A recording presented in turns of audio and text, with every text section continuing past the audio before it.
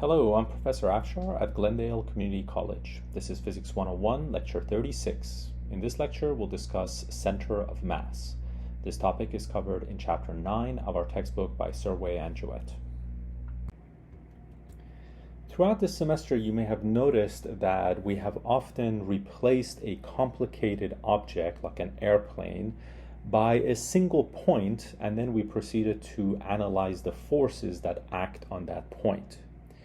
In order to achieve this miracle of reducing a complicated looking object to a single point, we need to be able to define the center of mass of that object.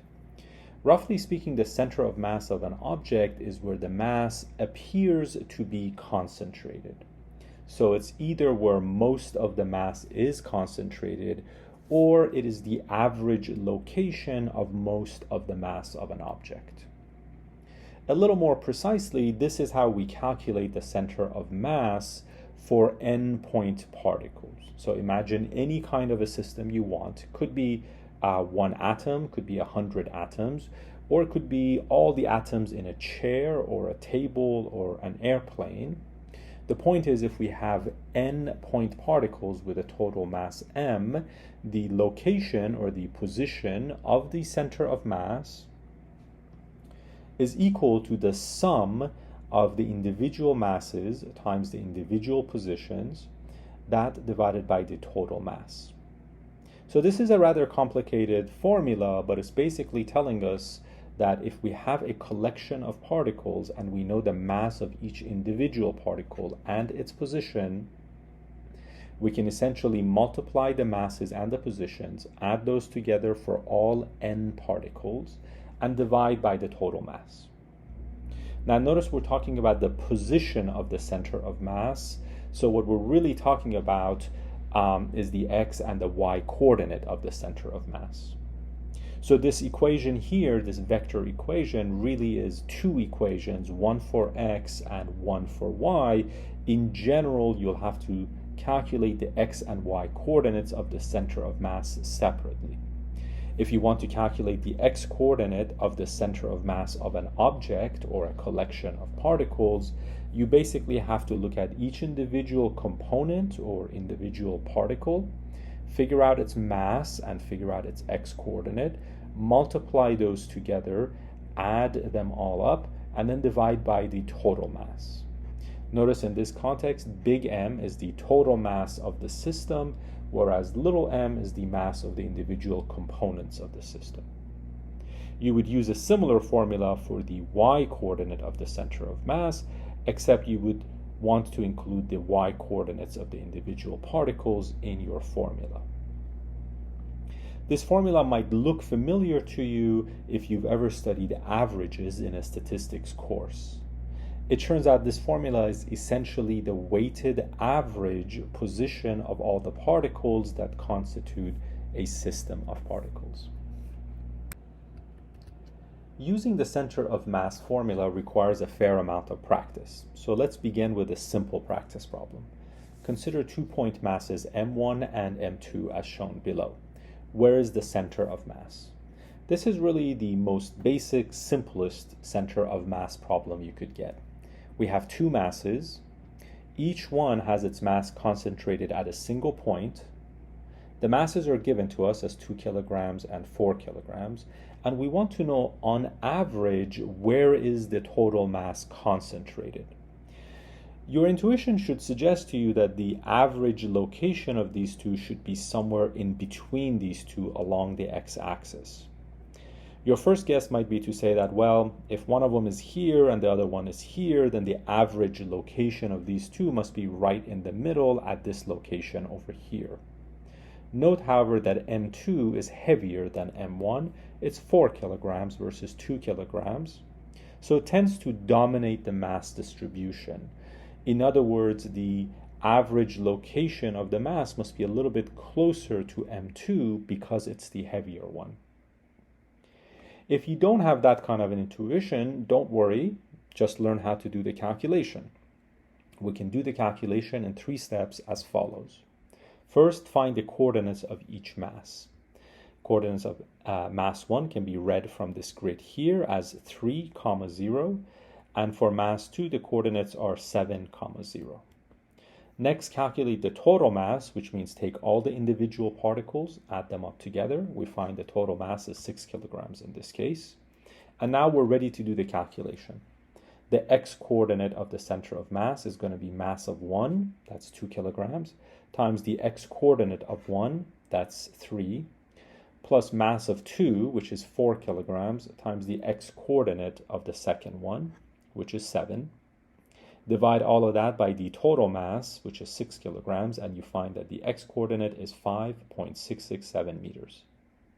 You can do a similar calculation with the y-coordinates. Of course, the y-coordinate of mass 1 is 0. The y-coordinate of mass 2 is also 0, so the y-coordinate of the center of mass ends up being 0. This suggests that the center of mass of this simple two-particle system is approximately over here at coordinates 5.667, 0. Let's do another practice problem involving the center of mass. Consider 3-point masses M1, M2, and M3 as shown below. Where is the center of mass?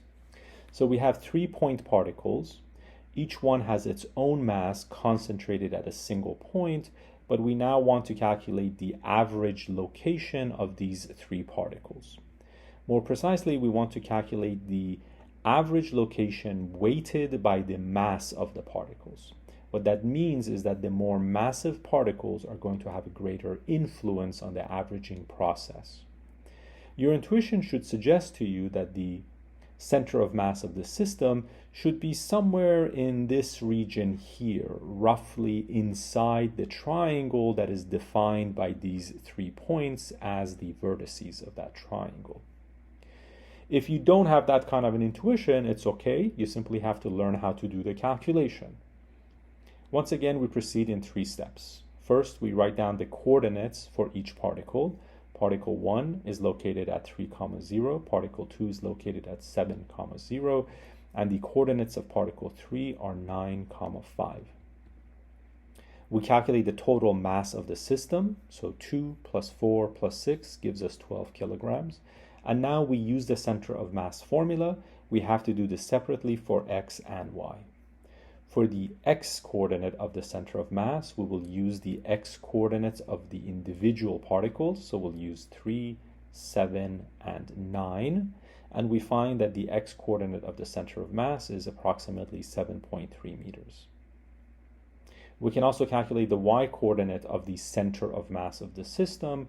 We have to use the y-coordinates for the 3 particles, which are 0, 0, and 5. And of course, don't forget to multiply those coordinates by the masses of the individual particles and divide by the total mass. When you put all that into your calculator, you find that the y-coordinate is 2.5 meters. That suggests that the center of mass is approximately over here, inside the triangle defined by these 3 vertices. So far, we've been talking about the center of mass of a collection of point particles. And you might be wondering what we would do for a continuous body like this pair here.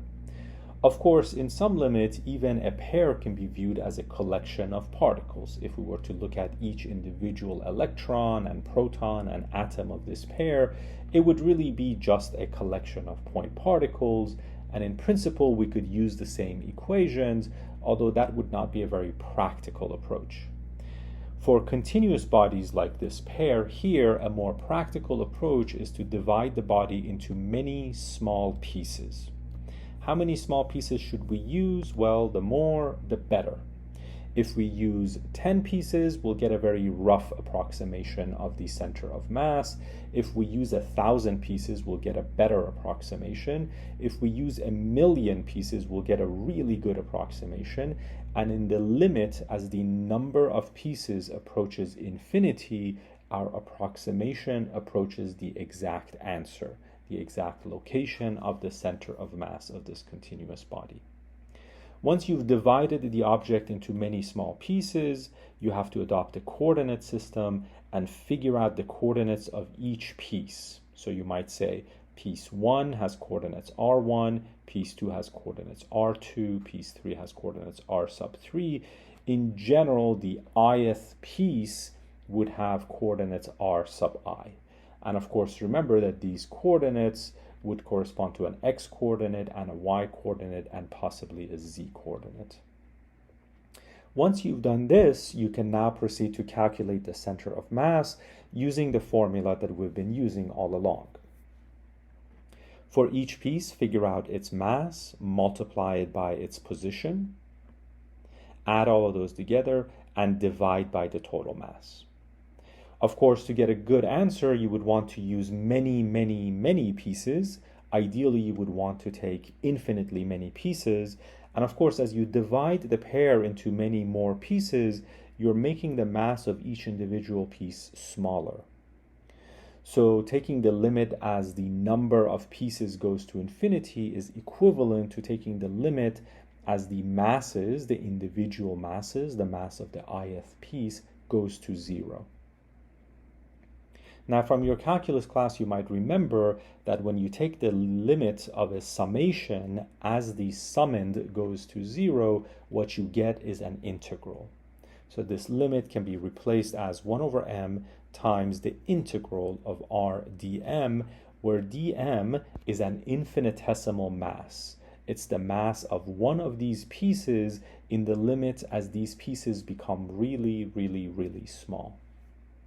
Now recall that mass is equal to density times volume. A little more precisely, in the past, we've defined density of an object as its mass divided by volume. If you rearrange this expression, you find that mass is density times volume. So I'm going to replace dm with rho dv. In other words, an infinitesimal mass is equal to density times an infinitesimal volume. Of course, if we're talking about a three-dimensional object, this volume might span the x, the y, and the z axes. So the volume of one of these very small cubes can be expressed as dx dy times dz. So in fact, this simple looking integral is really a triple integral, an integral in 3 dimensions. So calculating the center of mass of a continuous 3-dimensional object is quite difficult.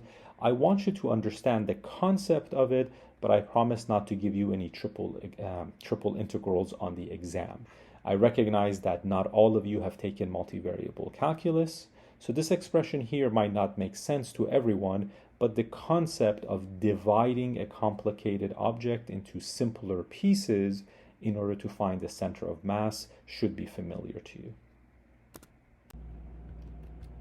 Let's do a practice problem involving the center of mass of a continuous body. A sphere of radius 3 meters and mass 12 kilograms is attached to a cylinder of length 16 meters and mass 5 kilograms. Find the center of mass of the system. So what we have here is an object that looks like a mallet or a hammer. It is a continuous body, and we assume that it has uniform mass distribution. To simplify the analysis, let's just look at a 2-dimensional picture here. We know that the radius of the sphere is 3 meters and the length of the cylinder is 16 meters. To calculate the coordinates of the center of mass, we need to adopt a coordinate system. After all, without a coordinate system, you cannot write down the coordinates of anything. So we'll adopt this coordinate system. We'll adopt a standard XY coordinate system with the origin placed at the center of the sphere. Now, calculating the center of mass of a continuous body can be difficult, as we talked about it just a few minutes ago. It involves a triple integral. However, here we will employ a different strategy.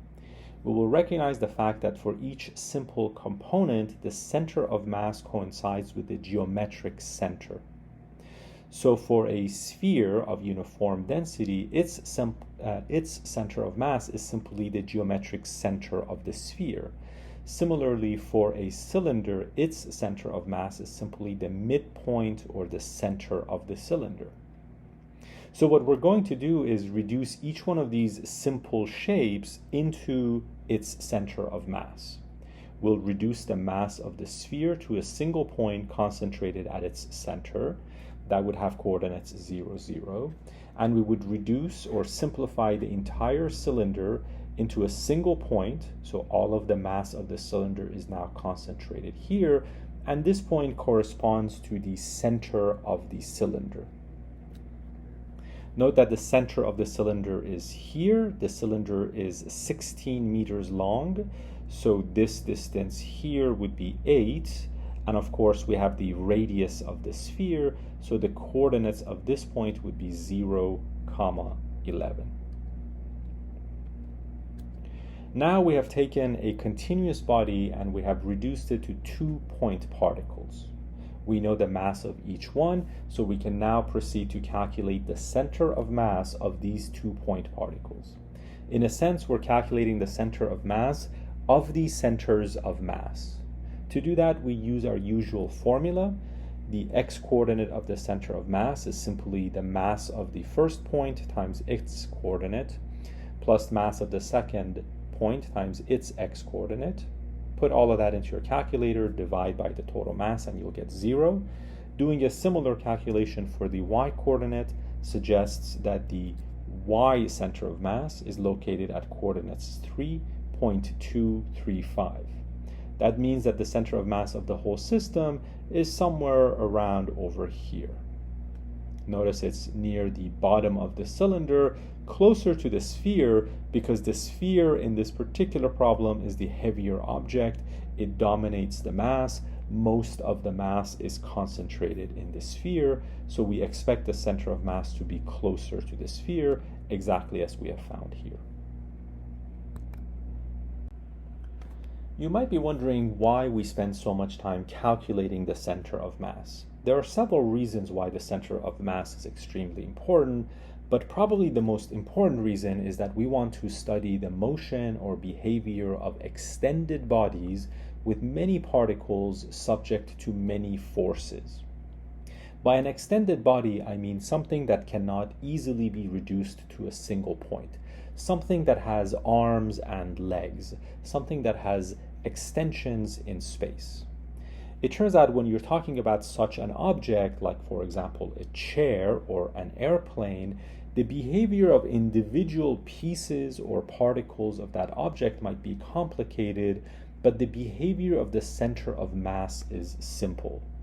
For example, imagine grabbing a chair and tossing it across a room. The actual behavior of that chair as it flies through the air might be quite complicated, but if you could calculate the center of mass, you would see that the center of mass moves in a relatively simple way. More precisely, I mean two things. One of them is that the net momentum of the system can be expressed as the total mass of the system times the velocity of the center of mass of the system. So even if the arms and legs, the extensions of the body, are moving in different directions with different velocity, we only need to know the velocity of the center of mass to find the momentum of the system. Furthermore, the acceleration of the center of mass obeys Newton's law of motion in a very simple manner. So if we know the net external force acting on the system, that immediately allows us to calculate the acceleration of the center of mass. Here's an example of what I mean when I say the behavior or the motion of center of mass is simple. Consider the falling motion of a cat. As a cat falls off of a branch, before it lands on the ground, it does a very complicated dance mid-air. It reorients its body so that it ultimately lands on its feet. In doing so, the cat is doing very complicated maneuvers, as you can see in this video. The cat's tail is going in one direction, the head is going in the other direction, the legs are kicking in different directions. This is the motion of an extended body. It's a very complicated motion, and figuring out exactly what the tail, what the head, what each leg is doing is a rather challenging process. However, if we could calculate the center of mass of the cat, if we could figure out where the mass of the cat is concentrated, if we followed the motion of the center of mass, we would find that the center of mass is simply in free fall. The center of mass falls in exactly the same way that, for example, an apple falls from a tree with an acceleration of 9.8 meters per second squared along a straight line. Here's another example of what I mean when I say the behavior of the center of mass is simple. In this example, we have a motorcycle rider who's driving off of a ramp, flying into the air, and landing on the other side.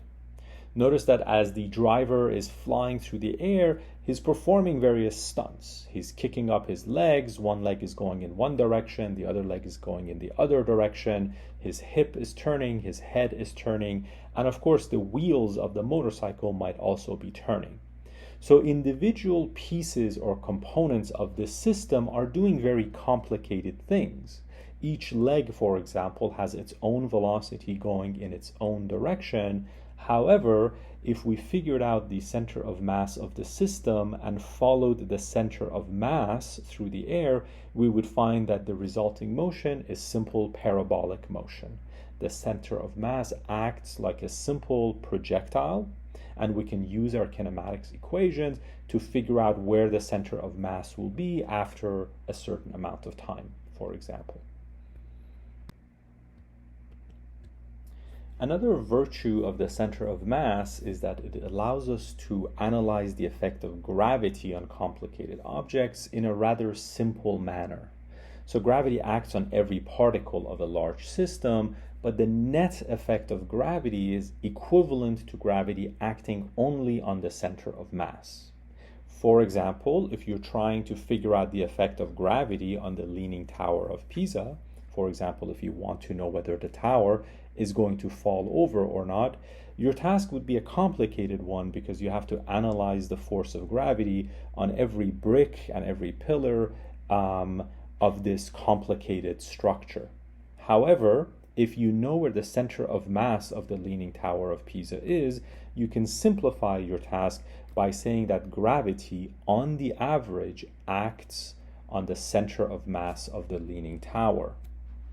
Here's another famous structure, the Great Pyramid of Giza. If you want to calculate, for example, the gravitational potential energy of the entire pyramid, you would have to calculate the gravitational potential energy of each rock or each piece of stone that is used to build the pyramid, and consider each rock at a different height and figure out its mass and then calculate the potential energy. But if you know that the center of mass of the pyramid is located here, you can say that the gravitational potential energy is simply mgy, but the y that you would use is the y, or the height of the center of mass, and the m that you would use would be the total mass of the pyramid. So knowing where the center of mass of complicated objects is allows you to deal with gravity in a much more simplified manner.